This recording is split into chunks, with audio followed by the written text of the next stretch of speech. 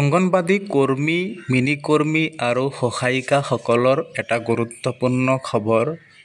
তেলেংগানা ৰাজ্যখনত নিৰ্বাচনৰ সময়ত কংগ্ৰেছ দলে প্ৰতিশ্ৰুতি প্ৰদান কৰিছিল যে অংগনবাদী কৰ্মী, মিনি কৰ্মী, সহায়িকাসকলৰ মাননি বৃদ্ধি কৰা হ'ব।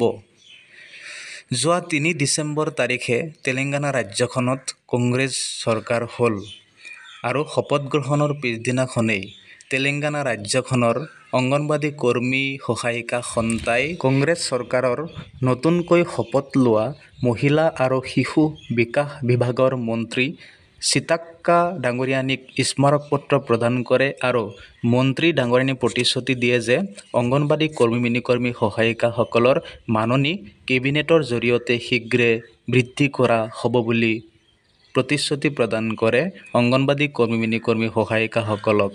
তেলেংগানা ৰাজ্যখনৰ বাবে এটা ভাল খবৰ। অংগনবাদী কৰ্মী, মিনি কৰ্মী, সহায়িকাসকলে স্মাৰক পত্ৰ প্ৰদান কৰিছে আৰু মন্ত্ৰী ডাঙৰীয়ানীয়ে প্ৰতিশ্ৰুতি প্ৰদান কৰিছে যে শীঘ্ৰে অংগনবাদী কৰ্মী, মিনি কৰ্মী, সহায়িকাসকলৰ মাননি বৃদ্ধি কৰা হ'ব।